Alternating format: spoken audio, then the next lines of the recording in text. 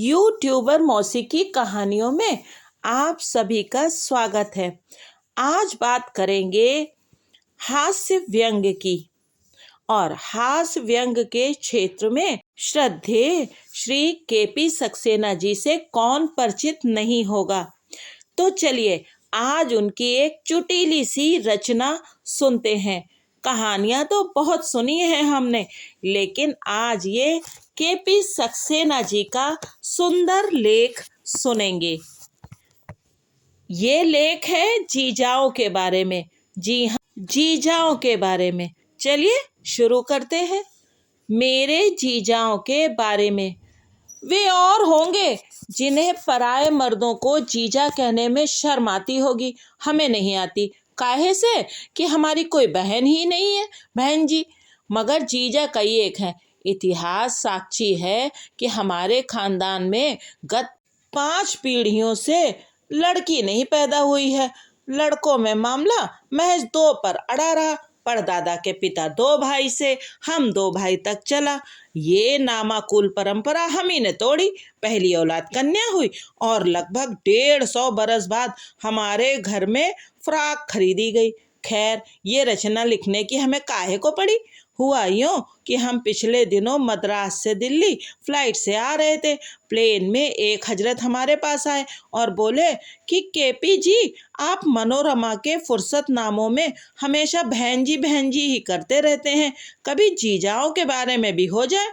हमने उन्हें प्रणाम करके कहा, आपकी आज्ञा शिरोधार्य जीजा जी।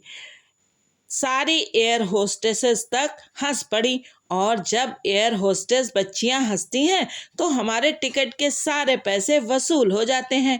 हम ये पहले से ही जानते थे कि मनोरमा पत्रिका मर्द लोग खरीदते हैं पत्नियों के नाम पर और पढ़ते खुद हैं। उनकी खुन्नस वाजिब है कि ये कमबख्त जीजाओं को क्यों इग्नोर करता है। हम भी इस मामले में टंच हैं कि मुंह बोले जीजा कई हैं, मगर हमें उन्हें जीजा नहीं कहना पड़ता। लगभग जितनी भी प्यारी प्यारी मुंह बोली बहनें हैं सब हमसे छोटी हैं। मसलन बम्बई की सुप्रसिद्ध कथा लेखिका सूर्यबाला बरसों से हमारी छोटी बहन है। बच्चे उसके सब हमें मामा जी कहते हैं, मगर उसके पति को जीजा कहने की इल्लत नहीं, हमेशा लाल साहब ही कहता हूँ। इधर बैंकॉक यात्रा के दौरान मैंने कई छोटी बहनें बनाई। उनके पति मेरे बाकायदा जीजा थे, मगर उन्हें जीजा कहना नहीं पड़ा। अब आप इसका ये अर्थ ना लगा बहन जी कि हम जानबूझकर छोटी बहनें ही बनाते हैं ताकि उनके पतियों को जीजा जी ना कहना पड़े। जबलपुर की प्रसिद्ध लेखिका तथा हाई कोर्ट की एडवोकेट श्रीमती सुधा रानी श्रीवास्तव कई दशकों से हमारी जीजी हैं। उम्र और वजन में भी हमसे काफ़ी बड़ी हैं। लगभग 25 वर्ष पहले जब हमने जबलपुर में खाने की मेज पर उनके पति को पहली बार जीजा कहा तो श्रीवास्तव साहब इस कदर लजा गए कि काफ़ी देर बाद सीधे हुए। हमें अंदाज़ा लगा कि शायद जीजा कहने से उनके शरीर में कुछ भौतिक और रासायनिक परिवर्तन होने लग पड़ा करते हैं। उस दिन से आज तक हम उन्हें भाई साहब ही कहते हैं। मन होता है कि जीजा जी कहें, मगर डरते हैं कि इस उम्र में कहीं लजाने लग पड़े। जीजा तो आस पड़ोस के कॉलोनी वाले क्या सोचेंगे। सच कहते हैं आपसे कि मन होता है कि किसी को जीजा कहें, मगर जब जब किसी मुंह बोली बड़ी बहन के पति की शान में जीजा कहा, वो यूं लजाया गोया हम ही उसके जीजा हों। इसका एक कारण भी है शायद, हम है 63 के, जाहिर है कि हमारा जीजा 70 से कम क्या होगा। अब 70 वर्ष के बुढ़ऊ को कोई जीजा कहे तो उसे शर्तियां डकारे आने लगेंगी ना। एक बहन ना होने का दर्द वही जानता है बहन जी, जिसके आंगन में नन्ही मुन्नी गुड़िया ना खेली हो और आंगन ने आंगन होने का दर्जा खो दिया हो।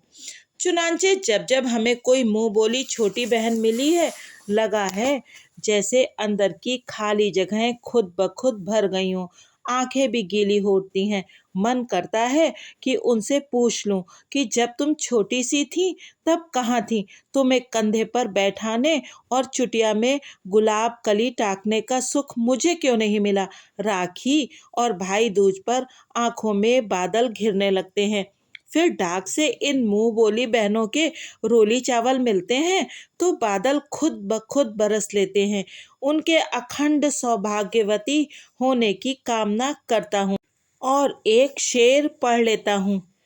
वह परिंदा जिसे परवास से फुर्सत न रही, आज तन्हा है तो दीवार पे आ बैठा है।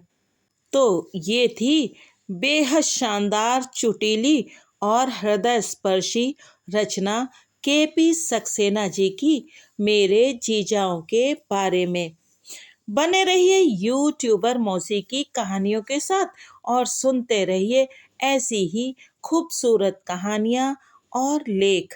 हाँ, चैनल को सब्सक्राइब करना ना भूलिएगा। साथ ही साथ अगर आपको अच्छा लगा हो ये वीडियो तो केपी सक्सेना जी के लिए इसे लाइक अवश्य ही कर दीजिएगा। बहुत बहुत धन्यवाद।